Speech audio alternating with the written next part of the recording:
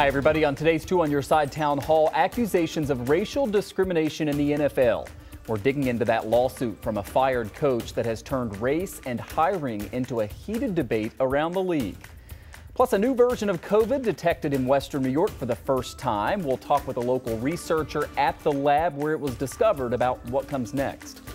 And the opening ceremony is still a day and a half away, but competition is officially underway in Beijing right now. We're going to have a Team USA update and tell you more of the rules of the game. Thanks for joining us, everybody. We always try on this show to dig into what Western New Yorkers are talking about. And with Buffalo such a football town, it is no surprise that there is a lot of discussion here about that lawsuit filed yesterday by the former coach of the Miami Dolphins. It's turned all of the pre-Super Bowl chatter into a debate about racism in the NFL coaching ranks. We brought you the story yesterday as breaking news first at 5. Former Dolphins head coach Brian Flores suing the league and the Giants, Broncos, and Dolphins. He claims in his lawsuit racial discrimination in his firing by Miami and with his interviews with those other two teams. He included text messages from Patriots head coach Bill Belichick that seemed to accidentally reveal that the Giants had decided to hire former Bills offensive coordinator Brian Daboll as their new head coach 3 days before Flores even interviewed for that job. Belichick appears to have believed that he was texting Daboll to congratulate him on getting the job. At the center of the issue here is the so-called Rooney Rule. It was implemented in 2003, and it requires teams to interview at least 2 external minority candidates for head coaching jobs, 1 for coordinator jobs, and 1 minority or female candidate for other senior level positions. But many, including Flores, have said that the rule leads to sham interviews where black coaches are just brought in to interview for jobs even though a white candidate has already been unofficially chosen. Flores and his attorneys reiterated that claim in an interview on ESPN earlier today. Those text messages confirmed a lot of what a lot of us, black minority coaches already feel. That we're going into these, and they're shams. It confirmed that. A lot of there's a belief in, look, that was just a mistake by Belichick. We've all sent the wrong text message to somebody. Mm-hmm. But in this instance, it came to me, and it was almost, it was confirmation that those backroom dealings are happening. But when the team is interviewing a qualified black candidate and they've already made a decision, it shows prima facie evidence of intentional discrimination. It means that they've chosen a white candidate before they've even given the black candidate the opportunity. Flores' lawsuit points to these numbers as evidence. In a league in which 70% of the players are black, there is just 1 head coach who is black, and just 15 of the 64 offensive and defensive coordinators are black. Those are usually the top candidates anytime you have these head coaching jobs open up. The lawsuit that was filed asks not just for financial damages, but also to force changes in the NFL. This is about equal opportunity for qualified, black candidates, not just in football, but, everywhere, in all industries. Do you believe you will ever coach in the National Football League again? I'm hopeful that I will. I'm very hopeful.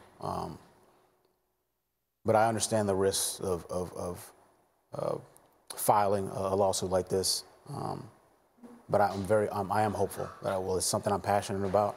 But if change comes, and if I never coach again and there's change, it'll be worth it.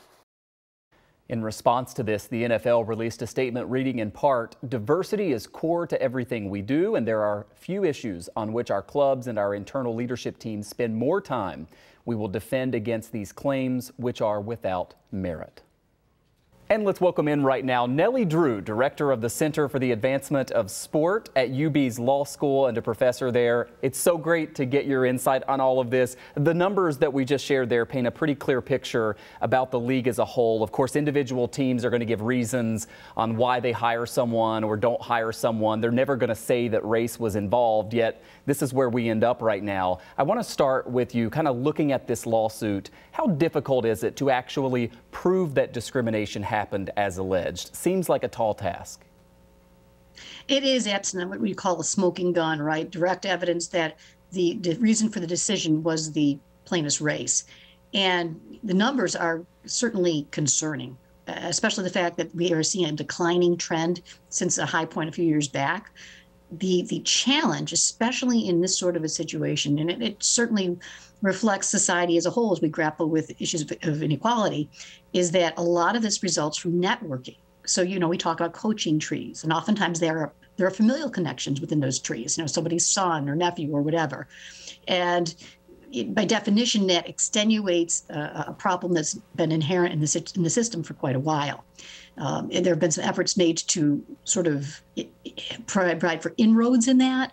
The Bill Walsh Coaching Fellowship is one of those, which is an option that gives former players the opportunity to get some internship experience and try to get them in positions where they can, move up the ladder, so to speak. But at the end of the day, what you've got to remember is that the people in the front offices of these teams typically have a limited lifespan in terms of their career path with that team if they don't win. So their biases, their prejudices are going to be to hire people that they know well, who are within their own comfort zone. And that, by definition, tends to extenuate this problem that's been inherent for a very long time. This is a class action lawsuit that's been filed, though right now Flores is the only plaintiff listed. There's been some talk, though, that others might join on to it. If that does happen, how does it kind of affect this case moving forward? Well, it certainly makes it more of a larger issue for the NFL. It makes it more difficult to handle, becomes more expensive, lots more discovery. And of course, it also raises a greater potential that there's something out there. We've seen some things. We saw the text from Bill Belichick. We saw, certain allegations that were made.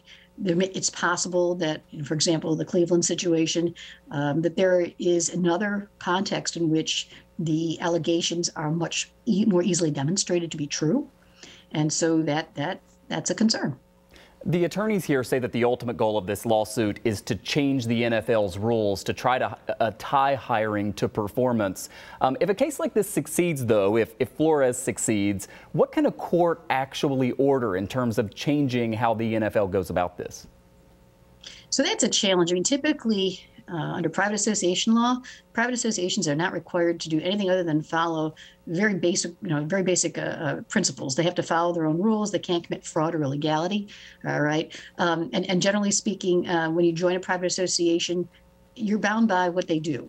And Brian Flores himself said today in his interview that, certainly the management was free to and should be free to pick the people that they thought were best for the positions. Which was, honest of him, incredibly honest of him.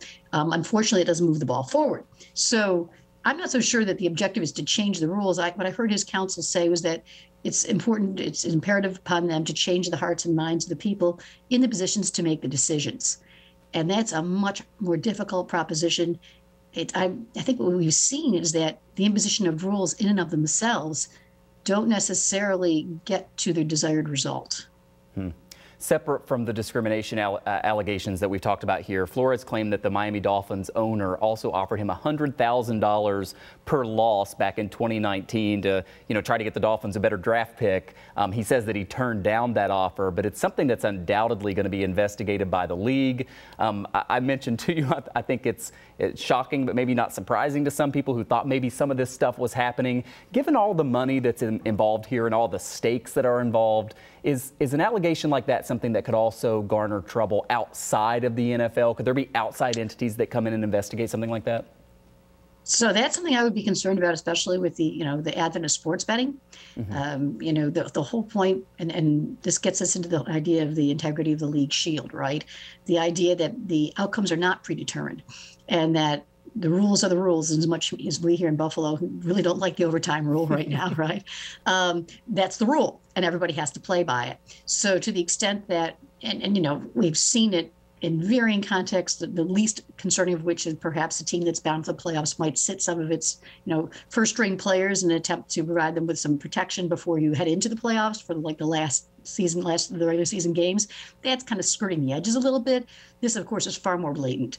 And that's a real concern for the league.